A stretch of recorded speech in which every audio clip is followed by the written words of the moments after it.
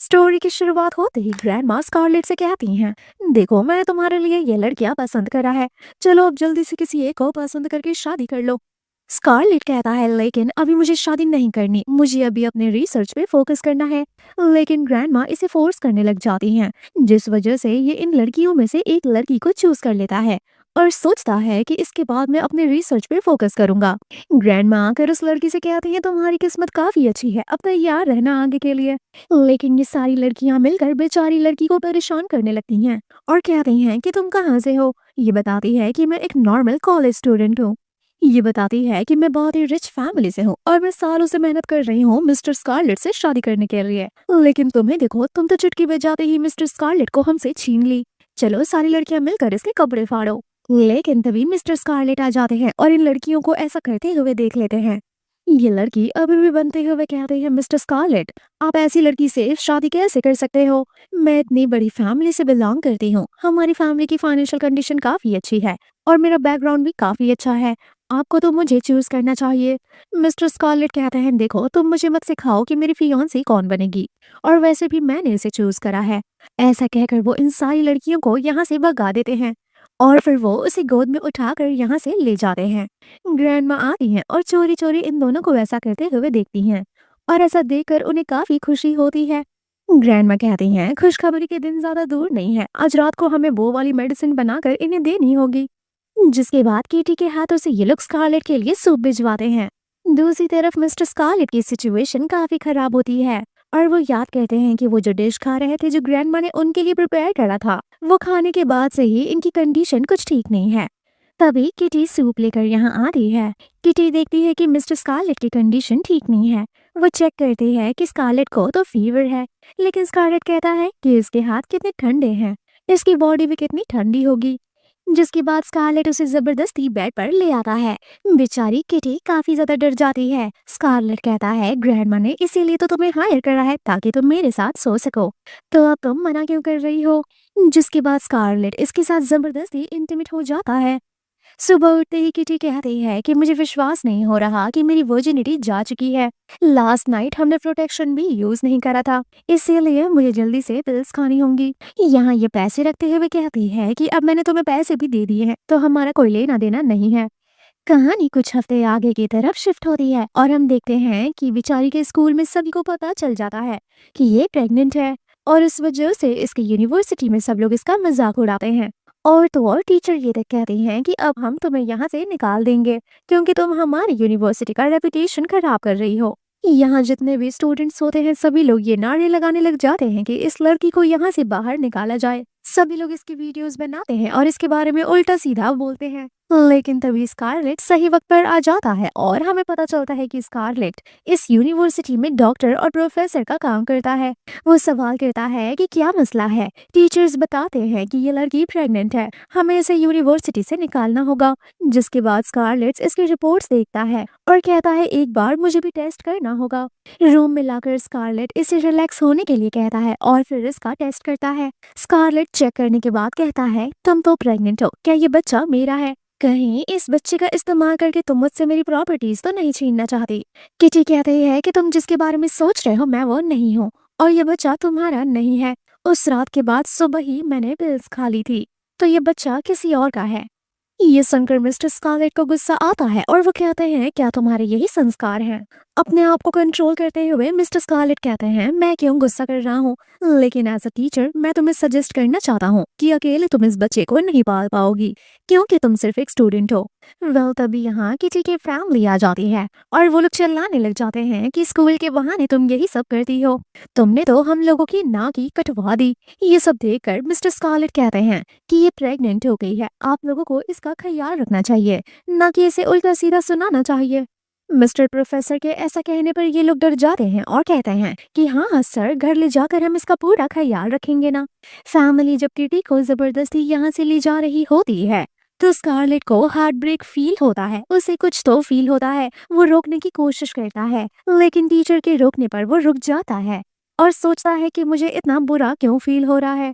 Next scene में हम देखते हैं कि किटी के पेरेंट्स उसे लेकर आ जाते हैं उसका अबॉर्शन कराने के लिए। ऐसा देखकर किटी काफी ज्यादा डर जाती है। मॉम कहते हैं कि मैं ये सब कुछ तुम्हारी भलाई के लिए कर रही हूँ। अगर तुम अभी प्रेग्नेंट हो जाती हो और इस बच्चे को कैरी करती हो तो तुम्हारे पूरा करियर खराब हो जाएगा। तुम्हारे लिए एक बहुत ही अच्छे लड़के का रिश्ता आया है। उस लड़के की वाइफ अभी अभी मर गई है, तो वो तुम्हें बहुत ही अच्छे पैसे देगा। तुम अपनी वर्जिनिटी भी रिकवर करा लेना और उससे शादी कर लेना। किटी कहती है, मॉम आप मेरे साथ ऐसा कैसे कर सकती हैं, आखिर मैं आपकी बच्ची हूँ ना। यहाँ किटी का ब्रदर कहता है कि देखो औरतों का काम है बच्चा पैदा करना और आदमियों की सेवा करना। किटी कहती है तुम अपनी घटिया सोच अपने पास रखो और मैं ये शादी नहीं करूंगी। किटी यहाँ से भागने की कोशिश करती है, लेकिन मॉम कहती है कि मैंने तुम्हारा स्कूल से नाम कटा दिया है, तो तुम अब यहाँ से कहीं नहीं जा सकती। ये दोनों लोग किटी को जबरदस्ती पकड़कर लेकर जाते हैं इसकी सर्जरी कराने के लिए। दूसरी तरफ स्कारलेट अपनी ग्रैंडमा से कहता है कि मॉम उसके पेट में हमारा बच्चा नहीं है। उस रात के बाद उसने वो पिल्स खा ली थी। ग्रैंडमा कहती हैं कि देखो कभी कभी ये पिल्स काम नहीं करती, क्या पता उसके पेट में जो बच्चा है वो तुम्हारा हो। और मैंने इस लड़की के बारे में पता करा है, ये लड़की बहुत ही साफ सुथरा है, बाहर किसी के साथ इसका रिलेशनशिप होना नामुमकिन है।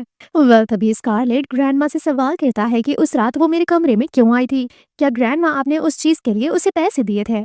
मॉम कहती है नहीं नहीं, मैंने तो सिर्फ उसे सूप देने के लिए कहा था। तभी यहाँ पर मेड एक कार्ड देते हुए कहती है कि ये आपके रूम से मिला है। स्कारलेट समझ जाता है कि रात बिताने के बाद वो उल्टा मुझे पैसे देकर गई है। तभी यहाँ असिस्टेंट आकर बताता है कि वो बच्चा आप ही का है और वो लोग उसका अबॉर्शन कराने के लिए लेकर गए हैं। दूसरी तरफ हम किटी को देखते हैं, इसके साथ लोग जबरदस्ती कर रहे होते हैं इसकी सर्जरी करने के लिए।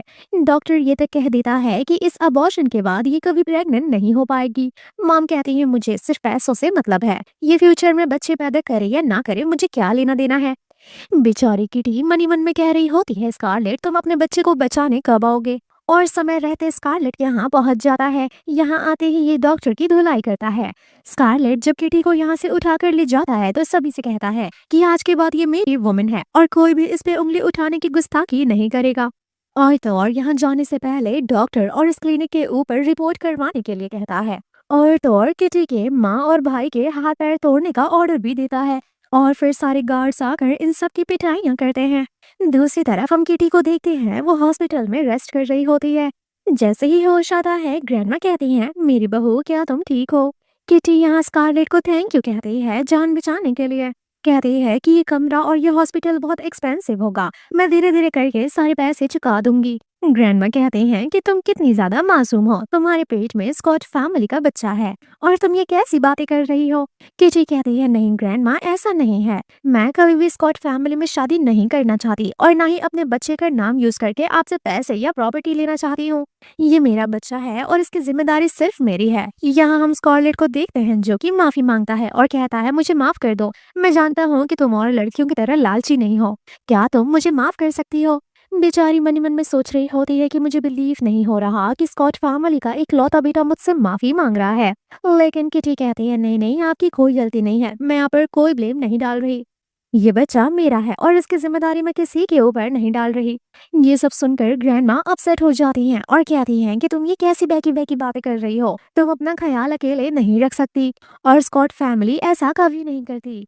तुम हमारे फैमिली का हिस्सा हो, हमारी रिस्पॉन्सिबिलिटी हो, हम तुमसे पीछा कैसे छुड़ा सकते हैं, हमारी तो समाज में नाक ही कट जाएगी।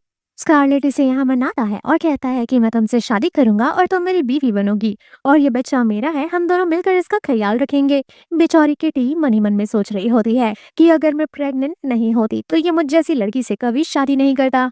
जिसके बाद किटी वापस से स्कारलेट फैमिली में आ जाती है। स्कारलेट किटी से कहता है कि आज के बाद तुम इस घर की मालकिन हो। बेचारी शर्माते हुए कहती है कि ये जगह थोड़ी बदली बदली सी लग रही है। ग्रैंडमा कहती हैं कि हाँ तुम्हारे आने से पहले मैंने पूरा घर रेनोवेट कराया है। इन दिन वो उसे सारी चीजें दिखाने लग जाती हैं और तभी ग्रैंडमा यहाँ कुछ लोगों को बुलाती हैं। एक जो कि पर्सनल ड्राइवर होता है, कहीं भी किटी को जाने के लिए ये ड्राइव करने के लिए हमेशा तैयार, और एक डाइटिशियन जो कि मैडम की हर एक चीज को कैलकुलेट करेगी कि वो क्या खाती है कैसे खाती है।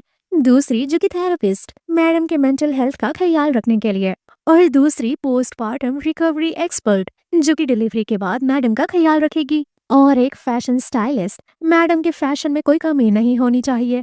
ये सब देखकर किटी कहती है कि मैं अपना ख्याल तो रख ही सकती हूँ, इन सब चीजों की क्या जरूरत है। मैडम कहती हैं कि तुम ऐसे वैसे घर की बहू नहीं हो। तुम स्कॉट फैमिली की बहू हो और आज के बाद तुम मुझे माँ कहकर पुकारोगी। वह स्कारलेट कहता है कि बहुत हो गया, चलो अब मैं तुम्हें तुम्हारा रूम दिखाने लेकर चलता हूँ। जब वो रूम में आती है तो हैरान हो जाती है क्योंकि पूरा का पूरा रूम 6 साल के बच्चे की तरह डेकोरेट होता है। स्कारलेट कहता है, रूम कैसा लगा? ये सब कुछ मैंने अपने हाथों से डेकोरेट करा है। किटी तो हैरान हो जाती है कि मैंने सोचा भी नहीं था कि ये मेरे लिए ये सब कुछ कर सकता है। किटी बार बार स्कारलेट को बॉस कहती है, इसीलिए स्कारलेट कहते हैं कि आज के बाद तुम मेरा ऐसे नहीं पुकारोगी। तो ये पूछती है, प्रोफेसर कहूँ या फिर डॉक्टर कहूँ? स्कारलेट कहता है कि तुम मुझे स्कॉट कहोगी। तो ये कहती है कि ऐसा बोलने में तो मुझे बहुत ही नर्वस फील हो रहा है। वह स्कारलेट कहता है कि तुम्हारे रूम के जस्ट बगल में मेरा रूम है, अगर तुम्हें कुछ भी चाहिए होगा तो तुम मुझसे कह सकती हो। और तो और रात को बारिश हो सकती है, इसीलिए अपने रूम का खिड़की बंद करके रखना। ऐसा कहकर वो यहाँ से चले जाते हैं। किची तो बहुत ही ज्यादा खुश होती है और कहती है कि ये सब कुछ एक सपने जैसा लग रहा है। रात की वक्त हम देखते हैं कि बहुत ही जोर से थंडरिंग होने लगती है और बारिश होने लगता है। किटी फ्लैशबैक में याद करती है कि बचपन में जब वो छोटी थी तो उसे कोई कमरे में बंद कर देता था और इसी तरह से थंडर की वजह से उसे बहुत ही डर लगता था। तभी अचानक से स्कारलेट आ जाता है और वो उछल के उसके गोद में चढ़ जाती है। स्कारलेट किटी को काम डाउन कराता है और पूछता है कि इतना डर क्यों रही हो। किटी बताती है कि बचपन में जब बारिश होती थी और थंडर होता था तो कोई मुझे कमरे में अंधेरे भरे रूम में बंद कर दिया करता था, जिसके बाद स्कारलेट इसे हक करके अपने साथ कंसोल करके सुलाने की कोशिश करता है। तभी स्कारलेट को रियलाइज होता है कि मैं इतना ज्यादा सॉफ्ट कैसे हो गया हूँ, मैं इसका बेबी जैसा ख्याल क्यों रख रहा हूँ। तभी रात के 3 बजे ही स्कारलेट अपने असिस्टेंट को कॉल करके ऑर्डर देता है और किटी के लिए कुछ व्यवस्था करने के लिए कहता है। असिस्टेंट भी कहता है कि कहीं तुम किटी को पसंद तो नहीं करने लग गए, लेकिन स्कारलेट डांट कर फोन रख देता है। तभी मॉर्निंग में हम किटी को उठता हुआ देखते हैं और ये अपने सामने स्कारलेट को शर्टलेस देखकर ब्लश करने लग जाती है। स्कारलेट किटी से कहता है कि तुम मुझे ऐसे घूर के क्यों देख रही हो? क्या तुम भूल गई कि कल रात तुमने क्या करा? वो याद करती है, कल रात डर के मारे उछल के वो उसके गोद में चढ़ गई थी। कहती है, मुझे माफ करना, ये दोबारा नहीं होगा, मुझसे गलती हो गई। स्कारलेट कहता है कि जब तुम सॉरी कहती हो मुझे बिल्कुल भी अच्छी नहीं लगती। देखो, तुम्हारे पेट में मेरा बच्चा है तो तुम मुझ पर भरोसा कर सकती हो और तुम मेरे साथ रह सकती हो, मुझे अपना सपोर्टिव पार्टनर समझ सकती हो। तुम्हारा ख्याल रखना सिर्फ मेरी रिस्पॉन्सिबिलिटी है। ये मन ही मन में सोचती है कि इसने कैसी लड़की से शादी कर ली, ऐसे तो कितनी अच्छी लड़कियां मिल सकती थी। वेल तभी किटी कहती है कि स्कॉट, क्या मैं तुमसे एक फेवर कर सकती हूँ? किटी कहती है कि मुझे स्कूल जाना है लेकिन मम्मा ने मेरा ड्रॉप आउट करा दिया है, तो क्या आप मेरी कोई हेल्प कर सकते हो? स्कारलेट कहता है कि तुम्हें स्कूल से थोड़ा ब्रेक लेना चाहिए। किटी कहती है, नहीं, मैं ऐसा नहीं कर सकती, बहुत मेहनत करके यूनिवर्सिटी में मेरा एडमिशन हुआ है। स्कारलेट कहता है, ठीक है, मैं देखता हूँ, मैं तुम्हें मना थोड़ी कर सकता हूँ। नेक्स्ट डे हम देखते हैं कि किटी स्कूल आने लग जाती है, लेकिन यहाँ पीछे बैठी हुई लड़कियां कहती हैं कि प्रेग्नेंट होने के बाद भी ये स्कूल कैसे आ सकती है, इस लड़की की तो कितनी बेइज्जती हुई थी, फिर भी देखो इसे कोई शर्म नहीं है। कुछ लड़कियां तो ये भी कहती हैं कि इसे ड्रॉप आउट ले लेना चाहिए क्योंकि ये यूनिवर्सिटी और यहाँ की लड़कियों का रेपुटेशन खराब कर रही है। वेल तभी यहाँ प्रोफेसर स्कारलेट आते हैं और सारी लड़कियां उन्हें देखकर काफी इम्प्रेस हो जाती हैं कि वो कितना ज्यादा हैंडसम है। स्कारलेट यहाँ इसलिए आया हुआ होता है क्योंकि टीचर आज एब्सेंट होते हैं और उनकी जगह पर आज स्कारलेट इन सभी को बायोलॉजी पढ़ाएगा। क्लास खत्म होने के बाद हम देखते हैं कि स्कारलेट किटी के लिए स्पेशल फूड लाया हुआ होता है। जब वो किटी को ये दे रहे होते हैं तो सभी लड़कियां ऐसा देखकर काफी जेलसी फील करती हैं। किटी सवाल करती है कि प्रोफेसर ये क्या है? प्रोफेसर कहते हैं कि तुम प्रेग्नेंट हो और इसीलिए तुम स्पेशल ट्रीटमेंट डिजर्व करती हो। तो भी एक लड़की कहती है, एमी नाम की, कि आप उसे ये सब क्यों दे रहे हैं? लेकिन प्रोफेसर उसे ब्लैक बोर्ड क्लीन करने के लिए कहकर यहाँ से चले जाते हैं। प्रोफेसर के जाने के बाद एमी किटी से कहती है कि तुम्हारा और प्रोफेसर का क्या लेना देना है, वो तुम्हें स्पेशल ट्रीटमेंट क्यों दे रहे हैं?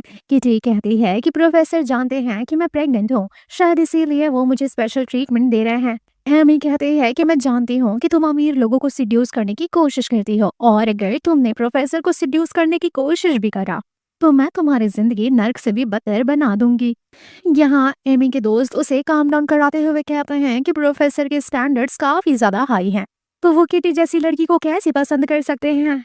ऐसा सीन क्रिएट करके ये लोग यहाँ से चले जाते हैं। लेकिन नेक्स्ट सीन में हम देखते हैं कि ये लड़कियां तो किटी को फॉलो करती हैं। एमी किटी को कार में बैठते हुए देखती है और वो फोटो निकाल कर कहती है कि मुझे पता था कि तुम्हारा कोई शुगर डैडी है, लेकिन अब उन्हें कौन बताए कि कार में प्रोफेसर है, ना कि कोई शुगर डैडी। स्कारलेट किटी का सीट बेल्ट लगाने वाला होता है, लेकिन किटी सोचती है कि स्कारलेट किस करने की कोशिश कर रहे हैं। वेल यहाँ किटी सवाल करती है कि आप तो रिसर्च में काफी बिजी थे, तो फिर आप प्रोफेसर बनकर पढ़ाने के लिए क्यों आए? स्कारलेट कहता है कि मुझे तुम्हारी टेंशन हो रही थी। किटी कहती है मैं कोई बच्ची थोड़ी ना हूँ। स्कारलेट कहता है कि मुझे पता है तुम बच्ची नहीं हो, लेकिन तुम प्रेग्नेंट हो और तुम्हारे पेट में मेरा बच्चा है। और तो और यूनिवर्सिटी में ऐसे र्यूमर्स हैं कि तुम मेंटली परेशान हो सकती हो। किटी कहती है कि मुझे सिर्फ अपने स्टडी से मतलब है, मुझे र्यूमर से कोई लेना देना नहीं। स्कारलेट सवाल करता है क्या तुम केक खाई, तुम्हें पसंद आया क्या? किटी कहती है हाँ हाँ मैंने खा लिया। ये झूठ कहती है, एमी ने इसका केक छीन लिया था। स्कारलेट कहता है कि बहुत अच्छी बात है, अब मैं तुम्हारे लिए हमेशा वो केक खरीदूंगा। किटी कहती है रहने दो, कॉलेज में और भी ज्यादा गॉसिप होने लगेगा। स्कारलेट कहता है लेकिन तुम्हें तो र्यूमर से फर्क नहीं पड़ता। किटी कहती है मुझे फर्क नहीं पड़ता, लेकिन आपकी रेपुटेशन डाउन हो जाएगी मेरी वजह से। ऐसा सुनते ही स्कारलेट उसके गाल को दबाते हैं और सोचते हैं कि ये कितना सॉफ्ट है, लेकिन तभी उन्हें एम्बैरस होता है कि मैं ये दिन पर दिन कैसा बिहेव करता जा रहा हूँ। नेक्स्ट सीन में हम देखते हैं डिनर टेबल पर ग्रैंड माँ किटी से सवाल करती है कि क्या स्कॉट तुम्हारा ख्याल रखता है? तो वो कहती है हाँ ये मेरा बहुत ख्याल रखता है। स्कारलेट भी कहता है कि आज मैं इसके लिए यूनिवर्सिटी गया, ये देखने के लिए कि लोग इसे परेशान करते हैं या नहीं। वेल तभी यहाँ मेड आती है मटन सूप लेकर और कहती है कि ये स्पेशली किटी के लिए है। स्कारलेट कहता है कि मुझे भी तो न्यूट्रिशन की जरूरत है, मुझे भी चाहिए। ग्रैंडमा कहते हैं कि ये सूप सिर्फ और सिर्फ किटी के लिए है, उसके एनीमिया में ये काफी हेल्प करेगा। ये सुनकर वो कहता है कि आप भूल गई कि मैं आपका ग्रैंडसन हूँ, बहू आते तो आप मेरा ख्याल रखना छोड़ चुकी हैं। वेल यहाँ ग्रैंडमा इन लोगों को सजेशन देते हैं कि इसके पेट में बच्चा अभी काफी नाजुक है, तुम दोनों काफी ज्यादा यंग हो, तुम दोनों को इंटीमेसी की जरूरत होगी। मेरा स्कारलेट जो कि पूरी जिंदगी में सिर्फ एक ही बार किसी औरत के साथ सोया है, वो भी तुम्हारे साथ, तो हो सकता है कि तुम दोनों के अंदर की आस ना होगी। तुम दोनों को कंट्रोल करना होगा, अगर अपने आप को कंट्रोल नहीं करोगे तो बेबी पर इफेक्ट पड़ सकता है। लेकिन स्कारलेट तुम्हें भी अपना ख्याल रखना होगा, अगर तुम इतना कंट्रोल करोगे तो तुम्हारी हेल्थ खराब हो सकती है।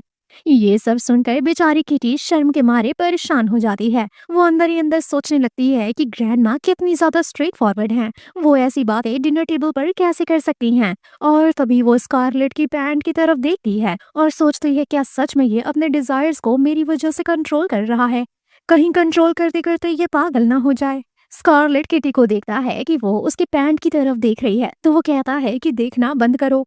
नेक्स्ट सीन में हम देखते हैं कि दोनों लोग शावर लेकर आजू बाजू खड़े होते हैं और तभी यहाँ एक नंबर पे कॉल आता है और इसे पता चलता है कि शायद इसकी मॉम की कंडीशन ठीक नहीं है। जिसके बाद स्कारलेट अपनी वाइफ को मॉम के पास लेकर जाता है और कहता है शांत रहो, तुम प्रेग्नेंट हो, ज्यादा टेंशन मत लो।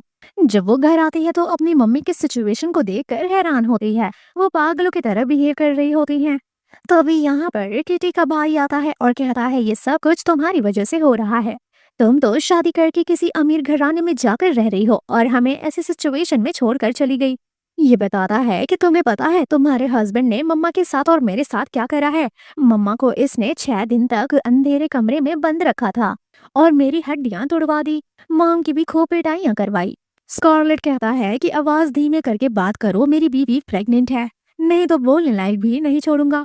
किटी बीच में आकर कहती है कि ये मेरा ख्याल रखता है और इसने तुम लोगों के साथ इसीलिए ऐसा करा क्योंकि तुम लोग डिजर्व करते हो। मैं तो अपनी माँ की खुद की बच्ची हूँ, वो मेरे साथ ऐसा कैसे कर सकती हैं?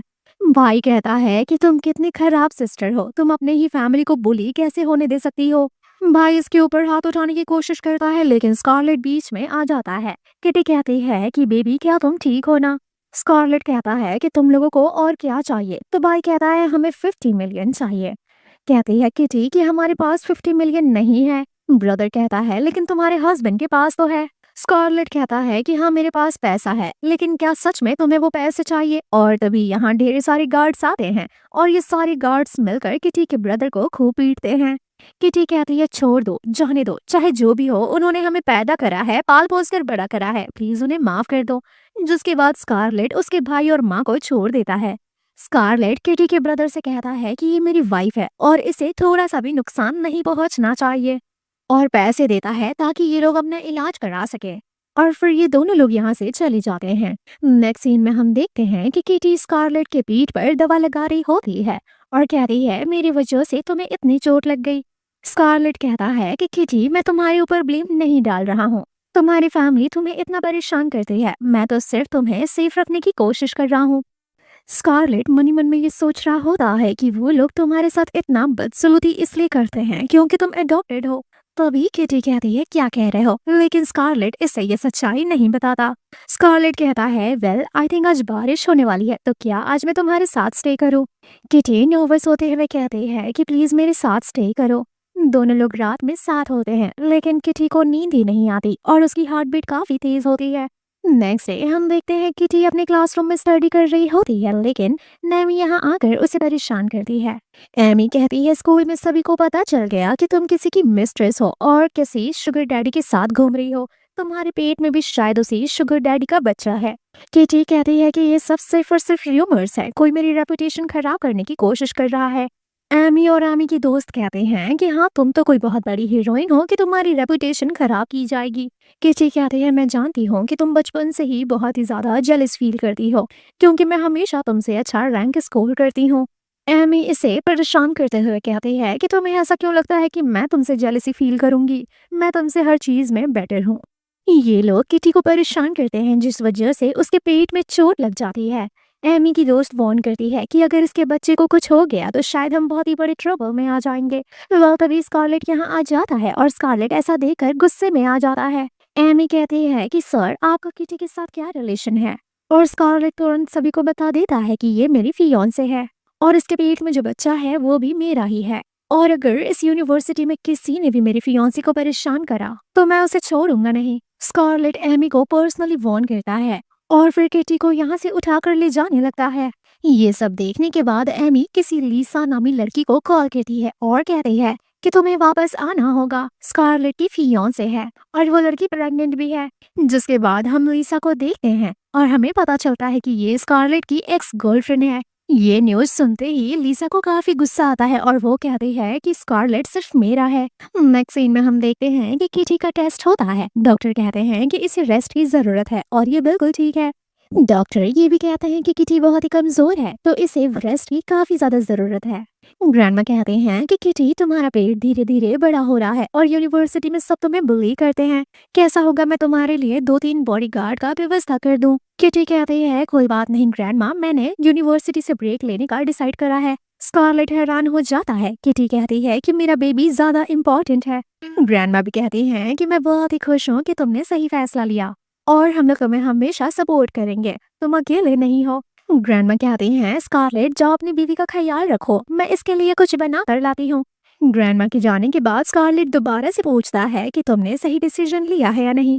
किटी कहती है कि हाँ मैंने बिल्कुल सही डिसीजन लिया है, मेरा बचपन से ही पढ़ाई करने का बहुत ही ज्यादा शौक था, लेकिन अभी मेरा बेबी ज्यादा इम्पोर्टेंट है और अगर मैं इसका ख्याल नहीं रखूंगी तो शायद मैं इसे खो दूंगी। मेरे डिलीवरी के बाद मैं यूनिवर्सिटी दोबारा से ज्वाइन कर सकती हूँ।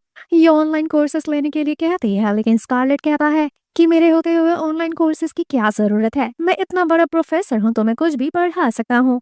किटी कहती है कि हाँ ये अच्छा होगा, लेकिन तुम बहुत ही ज्यादा बिजी रहते हो, क्या तुम्हारे लिए ये बेटर होगा।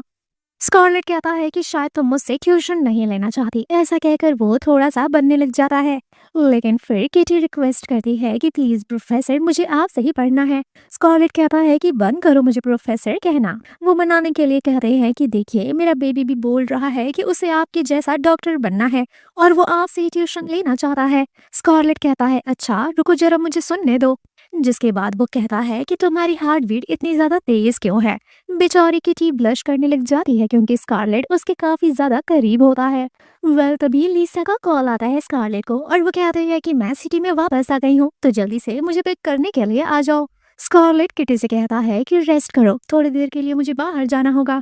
नेक्स्ट सीन में हम देखते हैं किटी को क्लासमेट का कॉल आता है और वो कहते हैं कि तुम्हें जो भी नोट्स चाहिए थे मैं वो तुम्हें भेज देती हूँ, लेकिन इसके पीछे भी एमी की कुछ प्लानिंग्स होती हैं और वो मन ही मन में कह रही होती है कि किटी जल्द ही तुम्हें पता चल जाएगा कि स्कॉट तुम में बिल्कुल भी इंटरेस्टेड नहीं है। नेक्स्ट सीन में हम देखते हैं लीसा स्कारलेट की गले लगती है और कहती है कि मैंने तुम्हें बहुत ही मिस किया। यहाँ सभी लोग कहते हैं कि लीसा आखिर तुम कहाँ थी, हमें तो लगा कि तुम यहाँ हो ही नहीं। सभी लोग कह रहे होते हैं कि हम सब जानते हैं कि तुम यहाँ स्कारलेट की वजह से आई हो, वरना अब्रॉड से वापस आने का तो तुम्हारा कोई चांस ही नहीं था।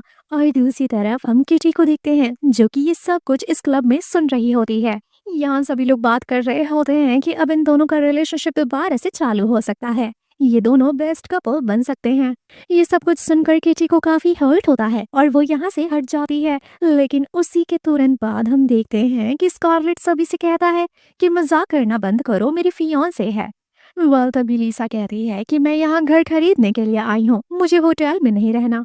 तो क्या स्कारलेट मैं तुम्हारे घर पर रुक सकती हूँ? दोस्त कहते हैं कि हाँ, तुम स्कारलेट के घर पर रुक सकती हो, पहले भी तो तुम बहुत स्टे करती थी। ये सब देखकर स्कारलेट को काफी ज्यादा गुस्सा आता है। दूसरी तरफ हम किटी को देखते हैं जो कि ओवर थिंकिंग करने लग जाती है कि स्कारलेट की तो गर्लफ्रेंड है, वो किसी और को लाइक करता है। और वैसे भी मेरा कौन सा स्टैंडर्ड है उससे जो मैच करता हो। वैसे भी वो वैसे ही लड़की डिजर्व करता है, ना कि मेरी जैसी गरीब। इस बरसात में फिर से थंडरिंग होने लग जाती है और बेचारी किटी को डर लगने लग जाता है।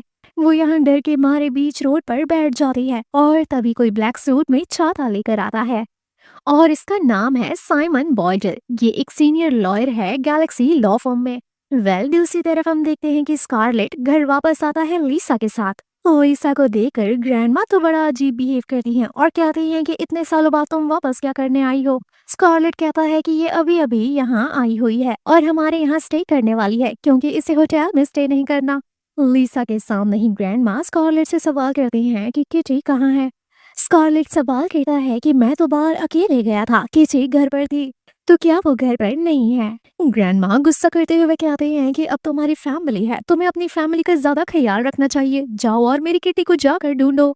लेकिन तभी किटी यहाँ साइमन के साथ आती है। किटी यहाँ आते ही लीसा को देखती है और उसे काफी बुरा लगता है। वो सोचती है कि शायद स्कारलेट ने इसे अपने साथ रहने के लिए यहाँ लाया है।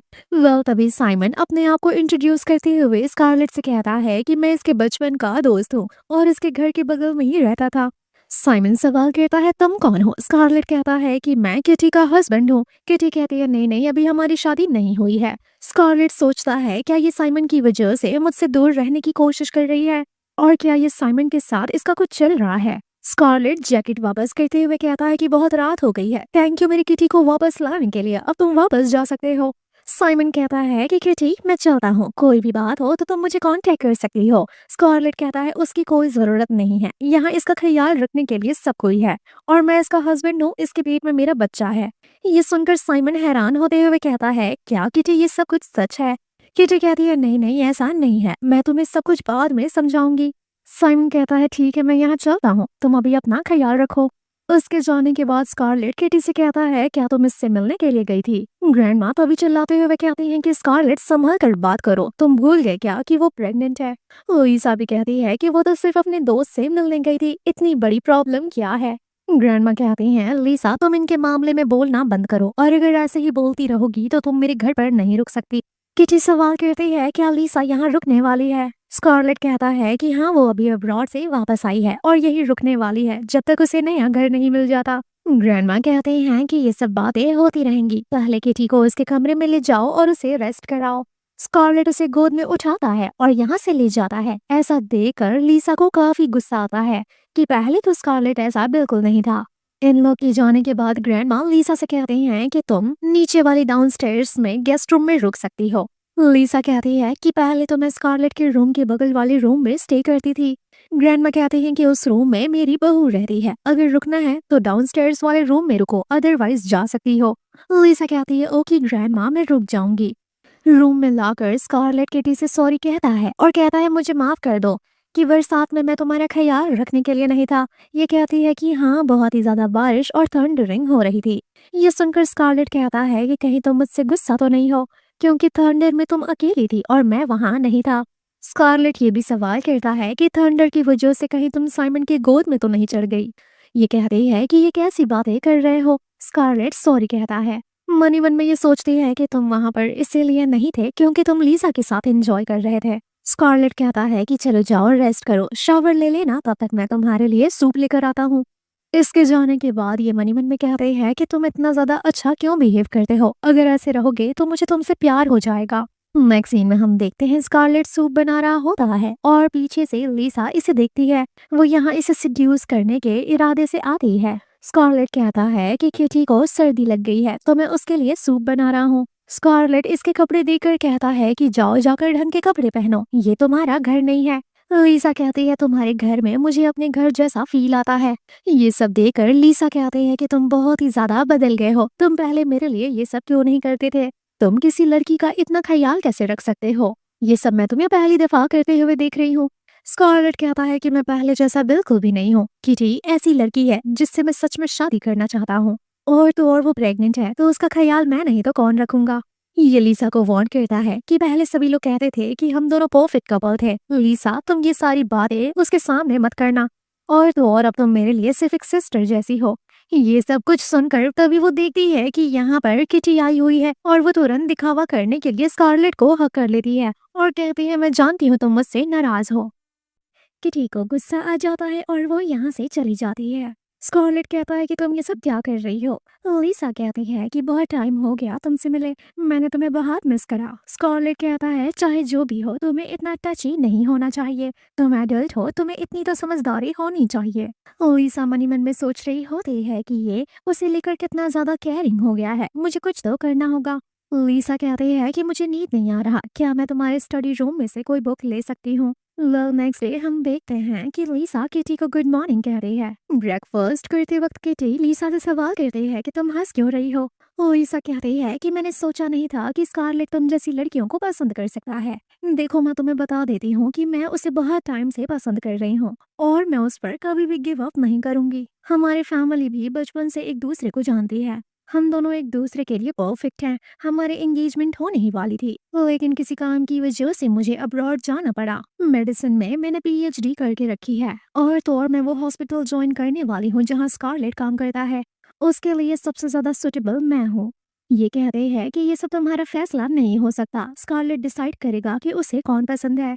लीसा कहते हैं कि देखो अगर तुम ये सब पैसे के लिए कर रही हो तो मैं तुम्हें पैसे दे सकती हूँ। किटी कहते हैं कि मुझे किसी के पैसों की जरूरत नहीं है और तो और ये बच्चा भी अनएक्सपेक्टेड ही है।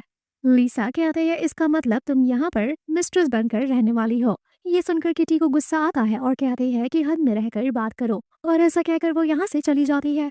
नेक्स्ट डे हम देखते हैं कि किटी को एक बुक मिलती है जो कि लीसा की होती है। इस बुक में एक तस्वीर होती है जिस तस्वीर में लीसा और स्कारलेट दोनों साथ में होते हैं। तस्वीर के पीछे लिखी हुई होती है कि तुम ही मेरी जिंदगी की लाइफ पार्टनर हो। ऐसा पढ़कर किटी कहती है कि मैंने सोचा नहीं था कि स्कारलेट इतना रोमांटिक हो सकता है।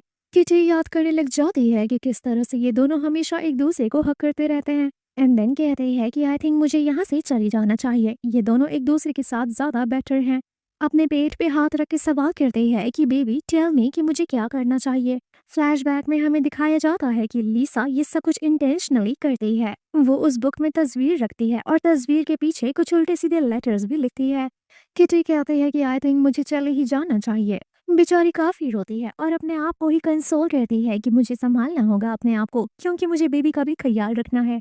और तभी ये कॉल करती है कि मुझे पार्ट टाइम जॉब की जरूरत है। ये एक कैफे में आती है और यहाँ मास्टर कहते हैं कि स्टूडेंट्स के जाने के बाद तुम्हें सिर्फ टेबल साफ करना है। ये काम बहुत ही ज्यादा हार्ड वर्क होता है, इसे 24 आवर्स यहाँ पर देना होगा। और तो और अगर ये एक्स्ट्रा काम करती है तो इसे उसके लिए और पैसे मिल सकते हैं। तभी इसे वॉमिटिंग फील होने लगता है। मास्टर कहते हैं कि तुम ये क्या कर रही हो, अगर तुम ऐसे करोगी तब तो हमारे कस्टमर भाग जाएंगे। हौसला रखते हुए ये काम शुरू करने का सोचती है। नेक्स्ट सीन में हम देखते हैं स्कारलेट घर आते ही ग्रैंडमा से पूछता है किटी कहाँ है, मैं उसके लिए कपकेक लेकर आया हूँ। जब ये घर आती है तो स्कारलेट कहता है कि तुम्हारे हाथ से फ्राइड चिकन की स्मेल क्यों आ रही है? किटी कहती है कि मैं फ्राइड चिकन शॉप पर गई थी कुछ खाने के लिए। स्कारलेट कहता है कि मार्केट के फ्राइड चिकन हेल्दी नहीं होते, अगर तुम्हें खाना ही था तो घर बनवा लेती। किटी ऐसा कहकर जाती है कि मुझे रेस्ट करना है और ये बिहेवियर देखकर स्कारलेट ग्रैंडमा से कहता है कि इसे क्या हो गया है, ये इतना ज्यादा डिस्टेंट क्यों बिहेव कर रही है। ग्रैंडमा कहते हैं तुम्हें समझ नहीं आता क्या, जब से लीसा आई है तब से किटी बहुत ही अजीब बिहेव कर रही है, जाओ उसे जाकर मनाओ। स्कारलेट कमरे में आता है और रोज किटी के पैर दबा रही होती है। रोज को ये धीरे से जाने के लिए बोलता है और ये किटी के पैर दबाने लग जाता है। किटी कहती है तुम्हारा हाथ कैसे बड़ा हो गया, एंड देन देखती है स्कारलेट इसके पैर दबा रहा है। वो हैरान होकर सवाल करती है कि तुम यहाँ क्या कर रहे हो। स्कारलेट तुरंत सॉरी कहता है कि मुझे माफ कर दो, आजकल मैं बहुत ही ज्यादा बिजी हो गया था और तुम्हारे साथ टाइम स्पेंड नहीं कर पा रहा था। कैसा होगा अगर मैं तुम्हें बाहर लेकर चलूं घुमाने के लिए? किटी मनी मन में कहते हैं कि स्कारलेट तुम ऐसा क्यों कर रहे हो? तुम्हारे बिना मैं कैसे रह पाऊंगी? इन सब चीजों की मुझे बहुत ही ज्यादा याद आएगी। किटी कहती है कि मुझे थोड़ा स्पेस चाहिए। स्कारलेट कहता है क्या मेरी कोई गलती है? किटी कहती है नहीं, तुम्हारी कोई गलती नहीं है, तुम बहुत ही अच्छे इंसान हो, मुझे बस कुछ टाइम के लिए अकेले रहना है। स्कारलेट भी मान जाता है और कहता है कि ये रहा तुम्हारा फेवरेट कपकेक, रेस्ट करना, कल बात करते हैं। स्कारलेट के जाने के बाद हम देखते हैं कि किटी तो रो रही होती है। नेक्स्ट सीन में हम देखते हैं स्कारलेट अपने असिस्टेंट को कॉल करके कहता है साइमन के बारे में पता करने के लिए। तभी अगले दिन हम देख लेते हैं कि एमी किटी को एक रेस्टोरेंट में काम करते हुए देख लेती है।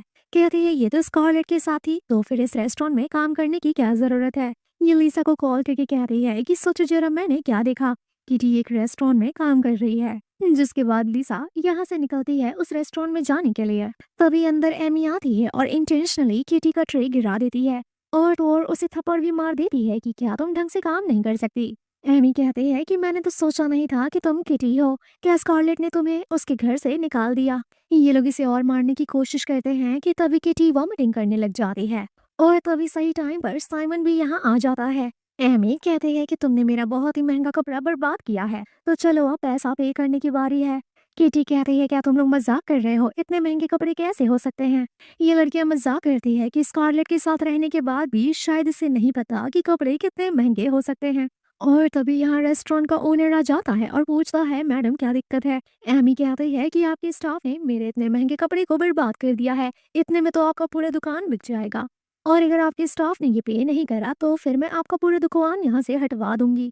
लेकिन तभी साइमन बोलना शुरू करता है और कहता है कि मैं लॉ फर्म में लॉयर हूँ, जैसा कि मैंने देखा था कि आप इसे परेशान कर रहे थे और इस पर हाथ उठा रहे थे, और तो और ये प्रूफ करने के लिए यहाँ पर सर्वेलेंस कैमरास भी लगे हुए हैं। मिस कीटी मेरी क्लाइंट हैं और वो कभी भी आपको सू कर सकती हैं और जेल भिजवा सकती हैं। एमी कहती है कि मैं बहुत ही रिच हूँ, ऐसे चार्जेस से मैं आराम से फाइट कर सकती हूँ। लेकिन तभी साइमन दिखाता है कि ये देखिए मेरे पास रिकॉर्डिंग है, अब तो आप फाइट बैक भी नहीं कर सकती। ऐसा देखकर एमी कहती है कि तुम ये सब क्यों कर रहे हो।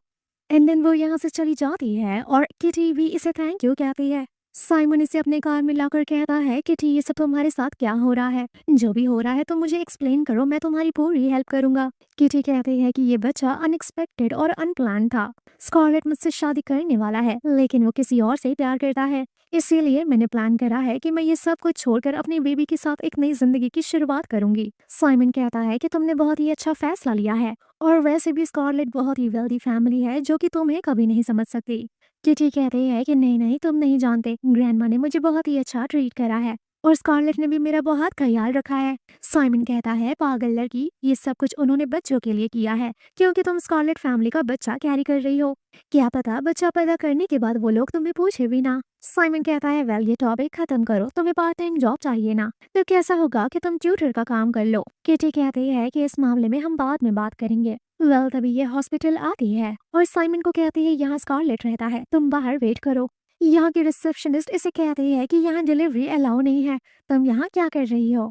ये कहती है कि एड्रेस तो यहीं का दिया गया है, ये फूड डिलीवरी यहीं करनी थी।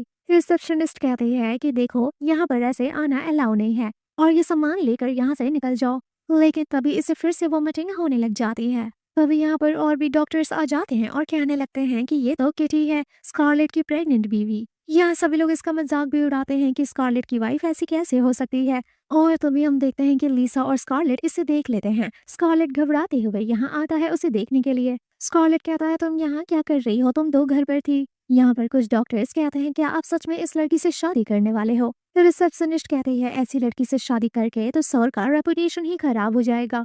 स्कारलेट सभी को जवाब देता है कि ये मेरा पर्सनल मैटर है और तुम लोग मेरे मैटर में ना ही बोलो तो बेटर होगा। स्कारलेट किटी को गोद में उठाता है और यहाँ से ले जाता है।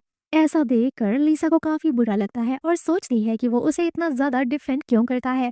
और तभी साइमन किटी को देख लेता है स्कारलेट की गोदी में। स्कारलेट सवाल करता है तुम यहाँ क्या कर रहे हो? साइमन कहता है मैं किटी का दोस्त हूँ, यहाँ मैं उसका इंतजार कर रहा था। साइमन कहता है उसे नीचे उतारो, मैं उसे यहाँ लेने के लिए आया हूँ। स्कारलेट कहता है मैं क्यों नीचे उतारूं? साइमन कहता है देखो मैं जानता हूँ तुम अमीर लोग ये क्या करते हो, वो तुम्हारे खानदान के लिए बच्चा पैदा कर रही है, अब क्या तुम उसका जान लोगे? और वो चूज कर सकती है कि उसे किसके साथ रहना है। किटी कहती है बहस करना बंद करो, मुझे नीचे उतारो, मैं खुद से चल सकती हूँ। नीचे उतर कर किटी साइमन को कहती है आज मैं ठीक नहीं हूँ, हम किसी और दिन मिलेंगे। साइमन इसके बाल पीछे करते हुए कहता है कि जब भी मन हो तो मुझे कॉल कर लेना। ऐसा देखकर स्कारलेट उसे हाथ पकड़कर जबरदस्ती खींचते हुए ले जाता है। घर लाकर सवाल करता है कि क्या था वो और तुम बाहर वो क्यों करने लगी।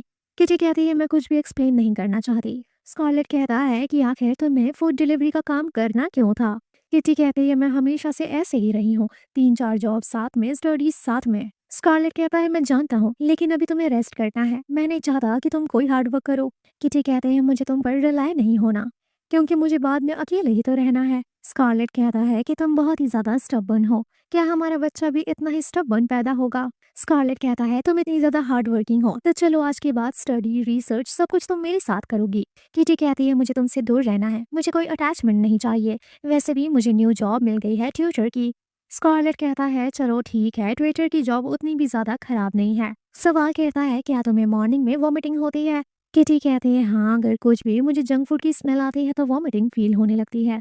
स्कारलेट कहता है कोई नहीं, मैं तुम्हें मॉर्निंग सूप बना कर दूंगा जिससे तुम्हें मॉर्निंग सिकनेस में काफी हेल्प मिलेगी। स्कारलेट के जाने के बाद किटी साइमन को कॉल करती है और सवाल करती है क्या ट्विटर जॉब में मुझे फिर से जॉब मिल सकती है। जिसके बाद हम देखते हैं किटी साइमन से मिलने के लिए आती है और यहाँ इन दोनों की कोई वीडियो बना लेता है। वीडियो बनाने वाला कोई और नहीं बल्कि एमी होती है और कहते हैं कि ये दोनों अब पकड़े जाएंगे और स्कारलेट अपनी वाइफ को छोड़ देगा। वेल नेक्स्ट सीन में हम देखते हैं डिनर टेबल पर किटी, लिसा, ग्रैंडमा और स्कारलेट सभी लोग होते हैं। लिसा और ग्रैंडमा नोटिस करते हैं किस तरह से स्कारलेट किटी को सर्व करता जा रहा है। ग्रैंडमा भी कहते हैं कि आजकल तुम कुछ ज्यादा ही चिपकू हो गए हो अपनी वाइफ के लिए। किटी कहते हैं कि इतना खाऊंगी तो मैं मोटी हो जाऊंगी। स्कारलेट कहता है डोंट वरी, मैं वर्कआउट करता हूँ, चाहे कितनी भी भारी हो जाओ मैं तुम्हें उठा लूंगा। ये सब सुनकर लिसा को काफी गुस्सा आता है। ग्रैंडमा कहते हैं वेल कल वैलेंटाइन डे है तो क्या करने का तुम लोगों का प्लान है। ये हैरान होकर सवाल कहती है कि ग्रैंडमा क्या हम वैलेंटाइन डे सेलिब्रेट करेंगे। ग्रैंडमा कहती है ऑफ कोर्स, तुम दोनों अभी तक डेट पर नहीं गए हो। किटी कहती है नहीं नहीं, ये तो हमेशा बिजी रहता है, मुझे कोई डेट पर नहीं जाना। स्कारलेट तुरंत जवाब देता है कि ग्रैंडमा मैं पूरी तरह से फ्री हूँ। तभी लिसा बीच में टांग अड़ाते हुए कहते हैं कि देखो हमें बहुत ही रिसर्च करना है, तुम ऐसे टाइम वेस्ट नहीं कर सकते। लेकिन स्कारलेट उसकी कुछ नहीं सुनता और कहता है कि मैं फ्री हूँ। किटी भी सोचने लग जाती है क्या सच में ये मुझे डेट करना चाहता है। जिसके बाद हम वैलेंटाइन डे का दिन देखते हैं और ये रेड कलर के कपड़े रेड कलर के फ्लावर्स के साथ किटी के पास आता है।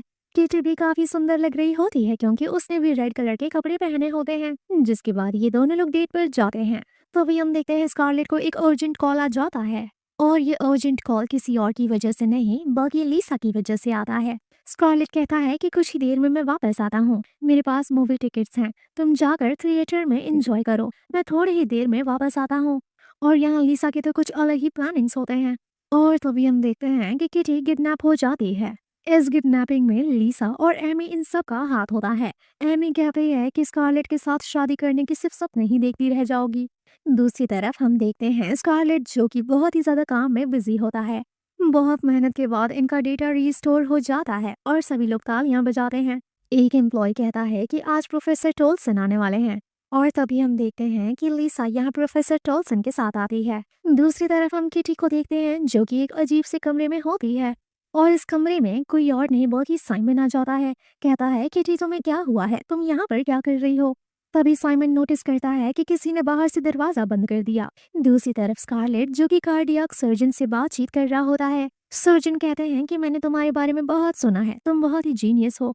सर्जन इसे अपने साथ मील पर चलने के लिए कहते हैं। स्कारलेट मना करने वाला होता है लेकिन तभी लिसा कहती है कि अभी जो जरूरी है उसके बारे में सोचो, और वैसे भी ये प्रोफेसर कभी कभी ही तो यहाँ आते हैं, क्या तुम सच में ये चांस मिस कर देना चाहते हो। स्कारलेट टाइम देखता है और कहता है कि अभी भी थोड़ा बहुत टाइम है तो चलो मैं ये सब मैनेज कर लेता हूँ। दूसरी तरफ किटी और साइमन एक ही कमरे में होते हैं और एक यहाँ अजीब सी स्मेल आने लगती है।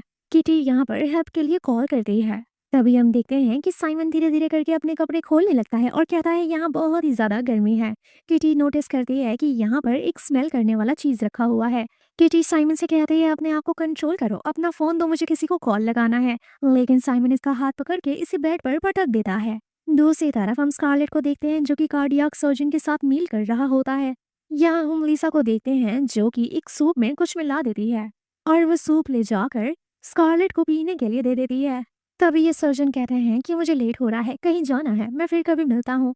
जिसके बाद हम देखते हैं कि स्कारलेट को तो चक्कर आने लग जाता है और कहता है कि मैं बहुत ही जल्दबाजी में हूँ, तुम यहाँ हॉस्पिटल का ख्याल रखना। लेकिन तभी लिसा कहती है कि तुम्हारी कंडीशन ठीक नहीं लग रही, आई थिंक तुम्हें रेस्ट करना चाहिए। ये कहता है नहीं नहीं किटी मेरा वेट कर रही है, मुझे जाना होगा। ये कहती है नहीं नहीं तुम नहीं जा सकते, देखो तुम चलने के भी काबिल नहीं हो, हमें चल के तुम्हारा चेकअप करना होगा, क्या पता कुछ सीरियस हो। स्कारलेट कहता है कि ये सब क्या हो रहा है, मैं अचानक से इतना कमजोर कैसे हो गया। लिसा इसे हॉस्पिटल ले जाती है। रूम में लाकर ये इसे गलत तरीके से टच करने लग जाती है और कहती है कि तुम सिर्फ मेरे हो। लेकिन तभी वो होश में आता है और कहता है कि ये सब तुम क्या कर रही हो। लिसा कहती है कि प्लीज मुझसे शादी कर लो, हम दोनों एक दूसरे के लिए एकदम परफेक्ट मैच हैं। स्कारलेट कहता है ये क्या बकवास कर रही हो तुम। यहाँ ये उठने की कोशिश करता है और यहाँ लिसा किटी के बारे में उल्टा सीधा बोली जा रही होती है कि वो नाली की कीड़ी है, भिखारन है, वो तुम्हें बिल्कुल भी डिजर्व नहीं करती। आखिर तुम उसकी कब से इतनी ज्यादा केयर करने लग गए, क्या मैं तुम्हें नहीं दिखाई देती, क्या मैं खूबसूरत नहीं हूँ या फिर मैं वर्थ इट नहीं हूँ। और तभी लिसा इसे एक वीडियो दिखाती है जिसमें साइमन किटी के साथ होता है। ये याद करता है कि असिस्टेंट का कहना था कि साइमन और किटी दोनों लोग नेबर्स थे, क्या पता वो दोनों चाइल्डहुड स्वीट हार्ट भी हो सकते हैं। असिस्टेंट इसे ये भी बताता है कि वो हमेशा बचपन से ही कहता था कि वो बड़ा होकर किटी से शादी करेगा और ये सब कुछ उनके मोहल्ले में काफी ज्यादा फेमस है। ये सब कुछ इग्नोर करते हुए स्कारलेट अपने आप को कहता है कि मुझे होश में आना होगा, किटी मेरा इंतजार कर रही है। और ये चाकू लेकर अपना हाथ काट लेता है ताकि इसे दर्द हो और इसे होश आ जाए। ये सब देखकर लिसा हैरान हो जाती है और कहती है ये सब क्या पागलपन है। स्कारलेट को तो इतना गुस्सा आ जाता है कि वो लिसा का गला पकड़ लेता है और कहता है कि मेरे पास अभी टाइम नहीं है, तुमसे तो मैं बाद में डील करूंगा। लेकिन हम लिसा को बहुत ही ईविल तरीके से स्माइल करते हुए देखते हैं और ये कह रही होती है कि अब तो बहुत ही लेट हो चुका है, तुम्हारी किटी पूरी तरीके से मेस्ड अप हो चुकी होगी, फाइनली घूम फिर के तुम मेरे ही पास आने वाले हो। मॉल पहुंचकर वो किटी को कॉल करता है लेकिन उसका कॉल नहीं लगता। इसे बहुत तरीके के एज्यूमिंग हो रहे होते हैं, क्या वो मुझे छोड़कर चली गई, इतने देर से इसने मुझसे कांटेक्ट भी नहीं करा है। इसे याद आता है कि साइमन कहता है कि वो जिसके साथ चाहे उसके साथ रह सकती है। ये याद करता है कि लिसा कहती है कि वो ऑलरेडी अपने चाइल्डहुड स्वीट हार्ट के साथ है। ये सोचता है कि आज वैलेंटाइन डे है, क्या वो साइमन के साथ है। अपने असिस्टेंट को कॉल करता है और कहता है कि साइमन और किटी को जल्द से जल्द ढूंढो। तभी इसे इन्फॉर्म किया जाता है कि सिस्टर इन लॉ तो सिनेमा से ही गायब हो गई हैं और साइमन इस वक्त ब्लू होटल में है। जिसके बाद स्कारलेट आता है ब्लू होटल में। ये काफी ज्यादा गुस्से में होता है। असिस्टेंट फोन करता है कि देखिए चाहे जो भी हो जाए आप बस शांति से सब कुछ करिएगा। स्कारलेट कहता है दरवाजा तोड़ने के लिए। असिस्टेंट कहता है मेरे पास रूम कार्ड है। जैसे ही दरवाजा खुलता है किटी सामने होती है और उसे हक करके कहती है फाइनली तुम यहाँ हो। लेकिन तभी साइमन बिना कपड़ों के आता है और कहता है कि किटी मेरे कपड़े कहाँ हैं। ऐसा देखकर असिस्टेंट हैरान हो जाता है कि अब क्या होगा। स्कारलेट बिना कुछ सुने साइमन को मारना शुरू कर देता है। स्कारलेट कहता है कि तो फिर तुम यहाँ इसके साथ मजे कर रही थी। किटी कहती है तुम ये सब क्या कह रहे हो, ये तो सिर्फ मेरा भाई जैसा है। हम लोग इस कमरे में अचानक से लॉक हो गए थे और इस कमरे में अजीब किस्म की स्मेल थी जिस वजह से दोनों हॉर्नी फील कर रहे थे, लेकिन उसने मुझे कुछ भी नहीं किया। फ्लैशबैक में हम देखते हैं कि साइमन अपने आप को कंट्रोल करता है और कहता है कि जरूर हमें कोई फ्रेम करने की कोशिश कर रहा है और जाता है ये जाकर कोल्ड शावर ले लेता है। स्कारलेट को काफी ज्यादा रिलीफ फील होता है लेकिन कहीं ना कहीं वो अंदर से सेटिस्फाइड है साइमन को मारकर। हम देखते हैं कि स्कारलेट इसे घर लेकर आता है। किटी इसे शांत रहने के लिए कहती है और गुस्सा करने से मना करती है। ये कहती है देखो तुम्हारे हाथ में चोट लगा है, मैं फर्स्ट एड लेकर आती हूँ। स्कारलेट कहता है रुको, पहले मुझे बताओ कि तुम किसे पसंद करती हो। ये मन ही मन में सोचती है कि स्कारलेट ऐसे सवाल क्यों कर रहा है, क्या इसे जेलसी हो रही है। किटी कहती है कि देखो तुम्हें टेंशन लेने की कोई जरूरत नहीं है कि मैं किसे पसंद करती हूँ, मैं जानती हूँ कि तुम और लिसा ही रियल कपल हो। स्कारलेट हैरान होते हुए सवाल करता है कि ये किसने कहा कि मैं लिसा को पसंद करता हूँ। किटी कहती है लिसा ही तो कह रही थी कि वो तुमसे एंगेजमेंट करने वाली है और तुम्हारे बुक रूम में एक बुक थी जिसमें तुमने कन्फेस करा था कि तुम उसे पसंद करते हो। ये सब सुनकर स्कारलेट समझ जाता है कि ये सब के पीछे लिसा है, मुझे उसे इस घर में एंटर नहीं करने देना चाहिए था। स्कारलेट बताता है कि हमारी फैमिली वालों ने प्लान करा था एंगेजमेंट कराने के लिए, लेकिन वो अब्रॉड चली गई एंड देन मैंने मना कर दिया, मैं उसे हमेशा से सिर्फ बहन मानता आया हूँ। स्कारलेट याद भी करता है कि वो किस तरह से उसके बुक रूम में से बुक मांग रही थी, यानी कि उसने ही ये सब कुछ चाल चला है। किटी हैरान होती है क्या तुम किसी को पसंद नहीं करते। कहता है नहीं नहीं मैं किसी को पसंद करता हूँ। सैड होकर पूछती है किसे पसंद करते हो। स्कारलेट कहता है मैं उसे पसंद करता हूँ जो मेरे सामने बैठी है। ऐसा सुनकर किटी ब्लश करने लग जाती है और कहता है कि ये बच्चा हो चाहे ना हो तुम मुझे ऑलरेडी पसंद हो और मैं तुमसे शादी करना चाहता हूँ, तो बताओ विल यू मैरी मी। ये किस करने वाला होता है, लेकिन किटी कहती है कि तुम्हारे हाथ में चोट लगा है। लेकिन स्कारलेट इसे जबरदस्ती बेड पर लिटा देता है। इंडियन इसे किस करने लग जाता है। नेक्स्ट सीन में हम देखते हैं कि एमी के साथ बहुत ही बुरा होता है और वो स्कारलेट से माफी मांग रही होती है कि मुझे माफ कर दो, मुझसे गलती हो गई। बेचारी एमी भीख मांग रही होती है कि प्लीज इस बार माफ कर दो, मैं हमेशा उसकी रिस्पेक्ट करूंगी। स्कारलेट सवाल कहता है, क्या तुम ये सब कुछ लिसा के कहने पर कर रही थी। एमी एक्सेप्ट करती है कि ये सब कुछ लिसा के कहने पर हो रहा था, क्योंकि उसे बहुत ही ज्यादा जेलसी हो रही है कि आप केटी से शादी करना चाहते हैं और इसीलिए वो केटी को हार्म पहुंचाना चाहती है। और तभी हम देखते हैं लिसा को भी यहाँ ले आया जाता है। ये पैर पकड़ कर कहती है, मुझे माफ कर दो, लेकिन मैं तुमसे बहुत प्यार करती हूँ। वो किटी तुम्हारे लायक नहीं है, मैं तुम्हारे लायक हूँ। ये पूरी हाई सोसाइटी में तुम्हारा मजाक बन के रह जाएगा अगर तुम किटी जैसी लड़की से शादी करते हो। स्कारलेट कहता है कि मैं अपनी बीवी से शादी कर रहा हूँ, ना कि किसी ट्रॉफी से। लुइसा कहती है, मेरा क्या होगा, इतने सालों से मैं तुमसे प्यार करते आई हूँ। लेकिन स्कारलेट इसका गला पकड़ लेता है और कहता है कि जब मेरा कार एक्सीडेंट हुआ था तो तुम अचानक से अब्रॉड क्यों भाग गई थी। लिसा कहती है कि मुझे हार्ड वर्क करना था ताकि मैं बहुत ही ज्यादा वर्थ इट बन सकूं, और अगर तुम काम ना भी करो तो फिर मैं तुम्हारा ख्याल रख सकूं, इसीलिए तो मैं अब्रॉड गई थी। स्कारलेट कहता है, चुप करो, ग्रैंडमा ने मुझे सब कुछ बता दिया है। और फिर फ्लैशबैक में हम देखते हैं ग्रैंडमा कहते हैं कि 10 साल पहले जब तुम्हारा कार एक्सीडेंट हुआ था तो डॉक्टर ने कहा था तुम कभी चल फिर नहीं पाओगे। ये सुनते ही लिसा ने फ्लाइट बुक करा और वो अब्रॉड निकल गई, और इतने साल से वो तुमसे कभी भी मिलने के लिए नहीं आई। अचानक से वो ऐसे कैसे आ सकती है। ये सब सुनकर लिसा हैरान हो जाती है और वो समझ जाती है कि अब उसका गेम ओवर होने वाला है। स्कारलेट कहता है कि इन दोनों के प्रॉपर्टीज, फैमिली बैकग्राउंड सब कुछ स्पॉइल कर दो। इन लोगों ने मेरी वाइफ को नुकसान पहुंचाने की कोशिश करी है। बेटर लेसन यही होगा कि जिंदगी भर इन्हें याद रहे। नेक्स्ट सीन में हम देखते हैं स्कारलेट लिसा को लेकर ग्रैंडमा के पास आता है और हमें पता चलता है अगले ही हफ्ते किटी का बर्थडे है। दूसरी तरफ हम किटी के भाई को और मॉम को देखते हैं।